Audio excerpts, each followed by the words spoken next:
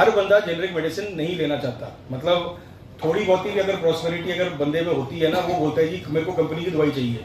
अब जो कंपनी की दवाई नहीं अफोर्ड कर सकता या कंपनी की दवाई नहीं लेना चाहता, और स्पेशली उन मेडिसिन का जो स्पेशलाइज मेडिसिन हैं जो हॉस्पिटल के अंदर हम फ्री नहीं दे सकते, जन औषधि केंद्र हमारे पास अवेलेबल है। जन औषधि केंद्र के अंदर मेरे हिसाब से सारी दवाइयां जो है वहां पे इस टाइम पे हैं। अभी जन औषधि केंद्र हॉस्पिटल के बाहर इसलिए है क्योंकि हमारे पास जगह नहीं। जब ये बिल्डिंग बन जाएगी, इसमें जो हमारी फार्मेसी है, जो आपकी सिविल हॉस्पिटल की सिविल सप्लाई की फार्मेसी है वो, और आपका जो जन औषधि केंद्र है, ये दोनों के दोनों हम अस्पताल के अंदर खोल देंगे। पर इसमें अभी 2 से 2.5 साल हमको लगेंगे। जब तक बिल्डिंग नहीं आती, जब तक हमारे पास एडिक्वेट इंफ्रास्ट्रक्चर नहीं आता, तब तक मेरा बोलने का मतलब ये है कि आप लोगों को ये गाइड कर सकते हो कि चॉइस आपकी है। जो मेडिसिन है उस मेडिसिन का एक सॉल्ट है, वो सॉल्ट आपके पास जन औषधि केंद्र में उपलब्ध है, और जन औषधि केंद्र अस्पताल से निकलते ही 20 मीटर के ऊपर है। वो बेचारा लड़का वही रोता रहता है कि मतलब दुकान तो खुल गई पर बंदे नहीं पहुंचते। तो इसका थोड़ा सा प्रचार प्रसार हमको करना पड़ेगा।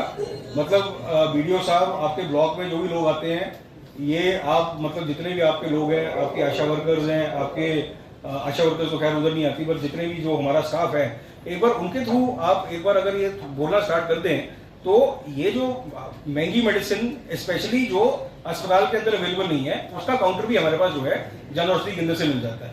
इसके अलावा बाकी जैसे मैंने आपको कहा कि आप जब भी काम करने की कोशिश करोगे उसमें गलतियां होंगी, और गलतियां इसलिए नहीं होंगी कि इंटेंशन गलती करने की है।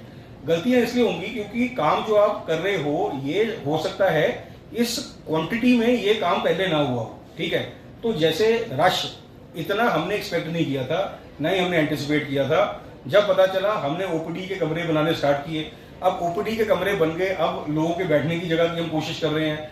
उसके बाद उनको फैसिलिटी देनी है, आपने उनको वाटर कूलर लगाने हैं, आपने उनको पंखे लगाने हैं, आपने जो है बाकी फैसिलिटीज जो देनी है, रैंप बनाने हैं, आपने व्हील चेयर। दूसरा जो है वो आपका इशू है इस चीज का कि एक आपका जो CSR के तहत एक कंपनी जो है वो अपनी मेडिसिन जो है हमको देने की कोशिश कर रही है। इंडेंट उसका जा चुका है, उसके अंदर आपके ऑइंटमेंट से लेके आपका बीपी की दवाई से लेके जो बाकी सारी मेडिसिन हैं वो हमारे पास अवेलेबल हो जाएगी। इसका फायदा ये है कि RKS के पैसे से खर्चा नहीं होगा, और जो मेडिसिन की क्वालिटी है वो क्वालिटी फ्री ऑफ कॉस्ट जो है वो पेशेंट को मिल जाएगी।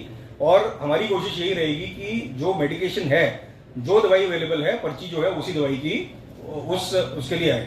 अब आखिरी चीज बेसिकली जो इन मेडिकेशन और इसके जो अलावा थी, वो है आपका हमारे पास अवेलेबिलिटी किस किस चीज की है ये देखना बड़ा जरूरी है। सबसे पहली बात ये है कि शायद ज्यादा लोगों को ये पता नहीं कि हमारे पास एक बिल्कुल हॉस्पिटल के बाहर एक आउटलेट है, और ये आउटलेट जेनरिक मेडिसिन का आउटलेट है। मतलब ये जो जेनरिक मेडिसिन का आउटलेट है, इसके अंदर वो सारा सॉल्ट जो आपको किसी भी दवाई के अंदर मिलते हैं, आपको 1.5 मतलब 10% कॉस्ट के ऊपर जो है वो आपके इस शॉप में वो दवाइयां अवेलेबल हैं। अब इसकी एफिकेसी क्या है, इसको क्या बोलते हैं जी, अटल क्या नाम रखा हुआ है इस दवाई के, जन औषधि केंद्र। One of the premium and prestigious professional institutes, providing a wide range of professional courses with 100% placement assistance. We are Sri Sai Group of Institutes.